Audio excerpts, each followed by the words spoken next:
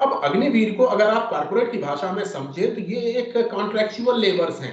मैं कॉर्पोरेट की भाषा की बात कर रहा हूं, मैं उनके उनके पद को डिमीन नहीं कर रहा हूं, लेकिन ऐसे लोगों को कॉन्ट्रेक्चुअल लेबर्स ही कहा जाता है कॉर्पोरेट्स में, कि उनको कुछ समय के लिए किसी काम को दिया जाता है और उसके बाद जब उनका काम खत्म हो जाता है तो कुछ लमसम अमाउंट दे करके उनको वहां से विदा कर दिया जाता है और ये कह दिया जाता है आप कहीं और जाकर के काम ढूंढिए।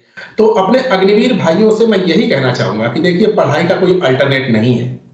आप आपका जीवन सिक्योरिटी गार्ड बनने के लिए नहीं हुआ है। माननीय प्रधानमंत्री जी ने केंद्र सरकार के सभी कर्मचारियों के लिए 8th सेंट्रल पे कमीशन को मंजूरी दे दी। देखिए राजेश, बहुत ज्यादा फायदे की उम्मीद तो नहीं कर सकते हैं, क्योंकि जो इस गवर्नमेंट का जो एक वो रहा है, पैटर्न रहा है, वो देख करके तो ऐसा नहीं लगता कि आपको बहुत ज्यादा कुछ मिलने वाला है। सर जय हिंद। अनुपम तिवारी सर, जय हिंद, बहुत बहुत शुक्रिया समय देने के लिए। Thank you sir. जय हिंद राजेश जी, बहुत बहुत शुक्रिया, आपने एक बार फिर मुझे बुलाया, बहुत बहुत धन्यवाद। Thank you sir. सर हाल ही में एक बड़ी अहम खबर सामने आई कि 8th पे कमीशन के लिए प्रधानमंत्री मोदी ने मंजूरी दे दी है और जल्द ही 8th पे कमीशन पर लोग बैठेंगे, विचार होगा और जल्द ही लागू होगा। लेकिन जो मेरा मानना है कि फिलहाल 2027-28 से पहले पे कमीशन नहीं आने वाला है, तब तक हमें इंतजार करना होगा। लेकिन जो मैंने देखा सर कि मैंने अपना पर्सनल मेरा जो अनुभव है वो 2007 का जो पे कमीशन आया था उसमें हम जवानों को काफी ज्यादा फायदा हुआ था। मेरे जैसा जवान जो उस वक्त 5-5.5 हजार सैलरी ले रहा था वो बढ़कर 20-22 हजार तक पहुंच गया था।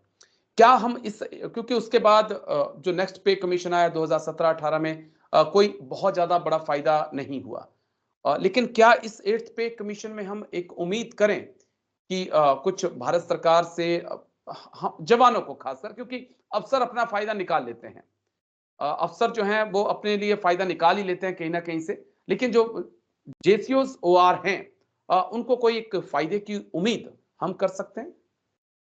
देखिए राजेश, बहुत ज्यादा फायदे की उम्मीद तो नहीं कर सकते हैं, क्योंकि जो इस गवर्नमेंट का जो एक वो रहा है, पैटर्न रहा है, वो देख करके तो ऐसा नहीं लगता कि आपको बहुत ज्यादा कुछ मिलने वाला है। लेकिन हाँ, गिरी से गिरी हालत में भी आपको 5 से 7 हजार रुपए का इंक्रीमेंट तो लगेगा ही लगेगा। क्यों लगेगा वो भी बता दूं, क्योंकि जो आपका 53% डीए है वो आपकी बेसिक सैलरी में मर्ज हो जाएगा और उसके ऊपर डीए लगेगा। यानी कि आप ये मान लीजिए कि अगर इसी को एक बेसिक कैलकुलेशन माना जाए तो आपकी सैलरी डीए लगने के बाद, मैं डीए के आपके बेसिक में मर्ज होने के बाद, चाहे वो जवान हो चाहे ऑफिसर हो कोई भी हो, उसकी सैलरी में कम से कम 180% का इजाफा होने वाला है। यानी कि आपकी तनख्वाह, आपकी जो आज की तनख्वाह है उसका 1.5 गुना तो हो जाएगी। अब कोई नया फार्मूला निकाल ले मोदी जी या वित्त मंत्री कि नहीं इससे भी इतना भी नहीं बढ़ाएंगे, तो ये उन्हीं की बात है। लेकिन जो पिछला पैटर्न रहा है, आपने पुराने वेतन आयोगों की बात करी, चाहे 2006 वाला रहा हो चाहे 2016 वाला रहा हो, उनमें ये जरूर देखा गया है कि बेसिक सैलरी के मर्ज होने के बाद, डीए के बेसिक में जुड़ने के बाद जो जो इंक्रीमेंट होता है वो बेसिकली इंक्रीमेंट होता है आने वाले दिनों में, क्योंकि फिर डीए लगता है आपकी उस नई बेसिक सैलरी के ऊपर। उस समय जो है उसमें आपके बढ़ते हैं अलाउंसेस, आपका एचआरए बढ़ेगा, आपका ट्रांसपोर्ट अलाउंसेस बढ़ेंगे, आपके तमाम तरह के जो और भत्ते हैं, हाई एल्टीट्यूड अलाउंस हो गया या तमाम तरह के अलाउंस जो होते हैं वो बढ़ते हैं, और उनके बढ़ने से ही आपको एक गैप दिखता है पुरानी सैलरी और नई सैलरी में। तो इस बार भी जो अगर पुराने पैटर्न को फॉलो करेंगे तो जो मेरा कैलकुलेशन है 186% बढ़ेगा। यानी कि अगर आप गुने की बात करें तो ये लगभग 2 गुना होना चाहिए, ग्रॉस पेमेंट लगभग 2 गुना होना चाहिए, इंक्लूडिंग ऑल द जितने भी आपके अलाउंसेस है सबको मिला करके। लेकिन अगर बेसिक की केवल बात करें तो वो पिछले पैटर्न को देखते हुए 186% ही बढ़ेगा। जी आपका, और मैं आसान शब्दों में अपने दर्शकों के लिए, अपने लिए, अपने वेटरन्स के लिए समझना चाहूं तो जो आपकी बेसिक पेंशन जो आ रही है और जो उसके ऊपर डीए मिल रहा है, जो डीए है उसको आपकी पेंशन में ही डाल दिया जाए, वो आपकी पेंशन हो जाएगी बेसिक पेंशन, और उसके ऊपर फिर आपको डीए मिलना शुरू होगा सर। एग्जैक्टली आपने बिल्कुल सही समझा है। और जो इसलिए मैं कह रहा हूं ना, जो बढ़त होगी वो तुरंत नहीं दिखाई देगी, जब उसके ऊपर डीए बढ़ेगा। देखिए अब हम लोगों को साल में 2 बार डीए मिलता है, जितने भी फौजी हैं, आम फौजी चाहे वेटरन्स हो चाहे सर्विंग सोल्जर्स हो, 2 बार डीए मिलता है। दोनों बार डीए अगर मान लीजिए 3% भी बढ़ता है तो वो उस नई सैलरी के ऊपर मिलेगा। यानी कि अगर आज आपकी 40,000 बेसिक पे है और डीए के जुड़ने के बाद अगर वो 50,000 हो जा रही है, तो जो नया डीए मिलेगा आपको 50,000 को मिलेगा, तब आपको थोड़ा सा गैप ज्यादा दिखाई देगा। तो इसी तरह से, और वो गैप भी इसलिए दिखाई देगा, शुरुआत में कैसे दिखाई देगा वो भी बता दूं मैं, कि जैसे आपने बताया कि 2026 के लिए कह रहे हैं कि 26 से आएगा, लेकिन ये आते आते हम सबको पता है, हमने 2-3 वेतन आयोग देख रखे हैं कि 2028 के से पहले ये नहीं आने वाला है। एक बहुत लेंथी प्रोसेस होता है, बहुत इसमें कैलकुलेशंस करनी पड़ती है, बहुत सारी डाटा इकट्ठा करने पड़ते हैं। तो जब 2028 में आएगा, लेकिन वो उसको जोड़ा जाएगा 2026 से, यानी कि 2 साल का जो भी आपका गैप रहेगा वो पैसा एक मुश्त आपको दिया जाएगा, जैसा पहले होता रहा। जी अगर वैसा ही होता है तो आपको एक लार्जर अमाउंट, एक चंक, एक बड़ा चंक आपको मिलता है, और तब आपको लगता है कि हाँ साहब मेरी पेमेंट काफी बड़ी हुई है। लेकिन हकीकत यह है कि वही जैसा आपने समझाया कि आपकी बेसिक पे आपके डीए को मर्ज कर दिया जाएगा और कुछ अलाउंसेस में चेंजेस लाए जाएंगे। जैसे जो अलाउंस आपको आज 5,000 रुपए मिल रहा है, वो हो सकता है कि 5.5 कर दिया जाए या 6 जी कर दिया जाए, लेकिन फिर भी ओवरऑल वेतन आयोग एक वेलकम कदम है। और मैं इस बात के लिए मोदी जी की सराहना इसलिए करूंगा क्योंकि ये वही प्रधानमंत्री हैं जिन्होंने प्रधानमंत्री बनने के बाद वेतन आयोग की सिफारिश को लागू करने के बाद ये कहा था कि ये बहुत पुरानी चीजें हैं और इनको मैं डिसकंटिन्यू करने जा रहा हूं, मैं वेतन आयोग नहीं लाऊंगा। हम जैसे लोग तो मान बैठे थे साहब वेतन आयोग पुरानी बातें हो गई है, अब नहीं आने वाला है, और मोदी जी का काम करने का तरीका ये। लेकिन चलिए, कई कई सारी चीजों की तरह लोग यहाँ पर पलटे हैं, जी तो हमारे फायदे की बात है। फायदे की बात है। और वेटरन्स के लिए तो चलिए बहुत अच्छी बात है, क्योंकि हम लोगों के जो तमाम खर्चे हैं वो पेंशन से ही चलते हैं। एक दो चीजें और मैं आपसे समझना चाहूंगा। एक अग्निवीर का भी मेरा एक इश्यूज है। उन भाइयों को क्या कुछ इस वेतन आयोग से मिलेगा? क्योंकि अभी वेतन आयोग की घोषणा हुई है, 2027-28 से पहले मुझे लग नहीं रहा कि लागू होगा। जो पर्सनली तौर पे मेरा मानना है कि जब 2028-29 में प्रधानमंत्री एक बार फिर से चुनाव के लिए जाएंगे, उससे पहले सरकारी कर्मचारियों को ये जो है रिबड़ियां दे दी जाएंगी कि चलिए ये रिबड़ियां पकड़िए और अब इलेक्शन के लिए अब वोट डालने के लिए तैयार हो जाइए। लेकिन तब तक 3 बैच के कम से कम, क्योंकि 2026, 2027, 2028 के जो अग्निवीर हैं वो अपना 4-4 का साल का सर्विस करके रिटायर हो गए होंगे। क्या उनको भी कोई इसका बेनिफिट मिलेगा सर? जो देखिए रिटायर हुए राजेश, हैं उनको, या जो सर्विंग है उनको? देखिए ये चीज सबको परेशान कर रही है कि अग्निवीर के साथ तो बिल्कुल अलग होने वाला है, क्योंकि जो जिस तरह का अभी तक वेतन आयोग का जो रवैया रहा है वो सर्विंग सोल्जर्स के लिए या फिर वो वेटरन्स के लिए रहा है। अब अग्निवीर को अगर आप कारपोरेट की भाषा में समझे तो ये एक कॉन्ट्रेक्चुअल लेबर्स हैं। जी मैं कारपोरेट की भाषा की बात कर रहा हूं, मैं उनके उनके पद को डिमीन नहीं कर रहा हूं, लेकिन ऐसे लोगों को कॉन्ट्रेक्चुअल लेबर्स ही कहा जाता है कारपोरेट्स में, कि उनको कुछ समय के लिए किसी काम को दिया जाता है और उसके बाद जब उनका काम खत्म हो जाता है तो कुछ लमसम अमाउंट दे करके उनको वहां से विदा कर दिया जाता है और ये कह दिया जाता है आप कहीं और जाकर के काम ढूंढिए। तो कारपोरेट इसी तरह से ऐसे लोगों का इस्तेमाल करता है। लेकिन अब चूंकि अग्निवीर हमारी सेना का हिस्सा है, तो सेना इनके ऊपर किस तरह का व्यवहार करेगी, उनको किस तरह से अपने अपने ढांचे में ढालेगी, ये तो भाई ये बहुत बड़े बड़े लोगों के दिमाग में होगा कुछ। और ये जब रिकमेंडेशंस आएंगी, क्योंकि अभी अगर हम कुछ क्रेडिट करें तो वो जल्दबाजी होगी। अब ये जो पूरा एनालाइज किया जाएगा, इसको पूरे डाटा कैलकुलेट करे जाएंगे, तो सरकार के जो बड़े बड़े लोग हैं वो इसके ऊपर ध्यान देंगे और उसके बाद वही लोग डिसाइड करेंगे कि इनको किस तरह से ट्रीट किया जाए। नॉर्मल सोल्जर की तरह अगर वो ट्रीट करेंगे तो निश्चित तौर पर जो लोग उस समय तक रिटायर हो चुके होंगे अग्निवीर, उनको जी भी बढ़ी हुई पेंशन का या बढ़े हुए पेमेंट का कुछ तो चंक देना ही पड़ेगा। लेकिन ये पूरी तरह सरकार का फैसला होगा, क्योंकि अभी तक अग्निवीर को उन्होंने डिफाइन नहीं किया है कि ये वर्किंग क्लास की किस कैटेगरी में इनको रखा जाए, क्योंकि ये तो एक नया सा फलसफा है जो कि अभी तक सेनाओं में कम से कम नहीं देखा गया था। जी।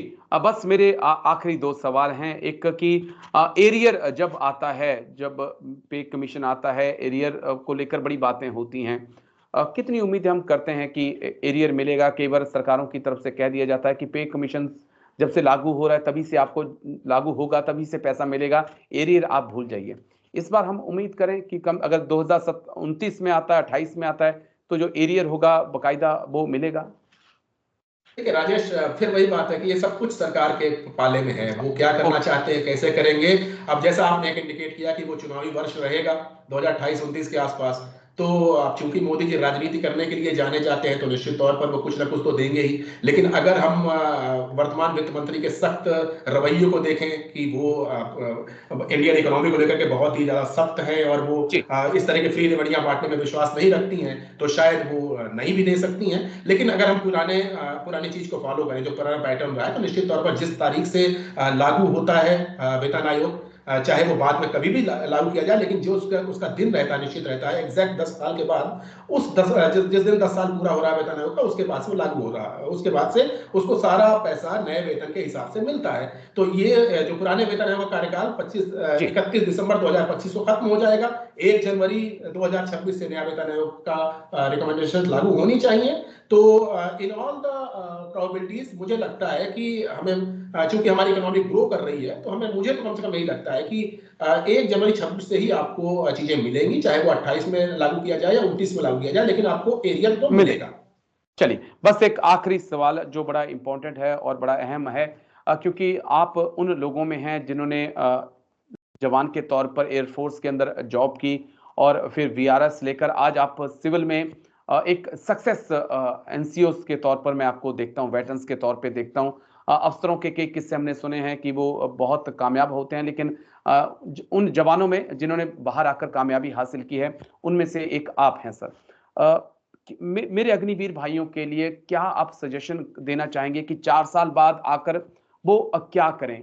13-14 लाख उनको मिलेगा, क्या उनके पास, क्योंकि अभी 1 साल उनके पास और बचा है, तो वो मुझसे पूछ रहे हैं, लगातार पूछते रहते हैं कि सर हमें रास्ता बताओ कि हम अब आगे क्या करें? सीएपीएफ में जाएं, बाहर आ जाएं, दुकान डाल लें, ढाबा खोल लें, क्या हमारे लिए क्या बेस्ट होगा, हम क्या करें सर?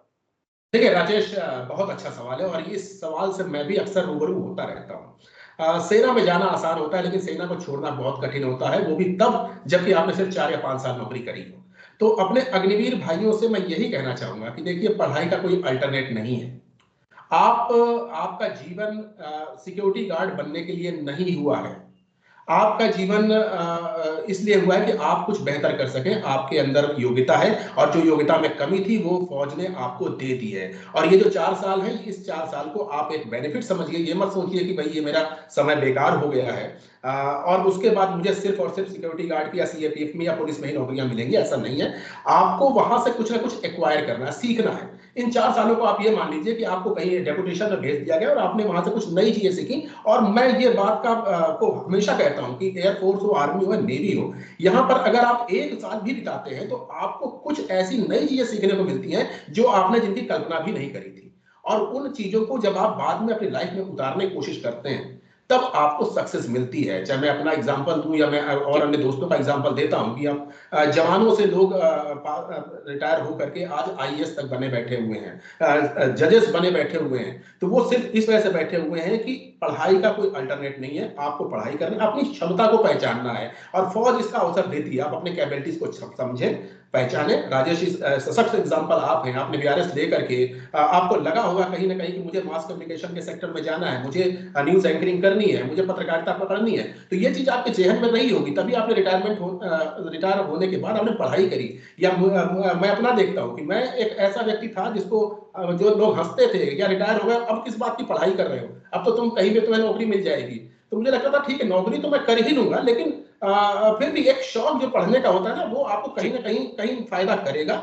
आपको नौकरी के वैसे फायदा करेगा। मेरे जैसा व्यक्ति जो नौकरी भी कर रहा है, पेंशन भी ले रहा है, लेकिन आज समाज को कुछ बातें सिखाने की काबिलियत पा चुका है। आपके साथ बैठ के, एक महान एंकर के साथ बैठ कर मैं बातें कर रहा हूँ, तो ये एक बड़ी चीजें होती हैं। और इसीलिए कहता हूँ, पढ़ाई का कोई अल्टरनेट नहीं है। मेरा अग्निवीर भाइयों से प्रार्थना है कि पढ़ाई को जारी रखें।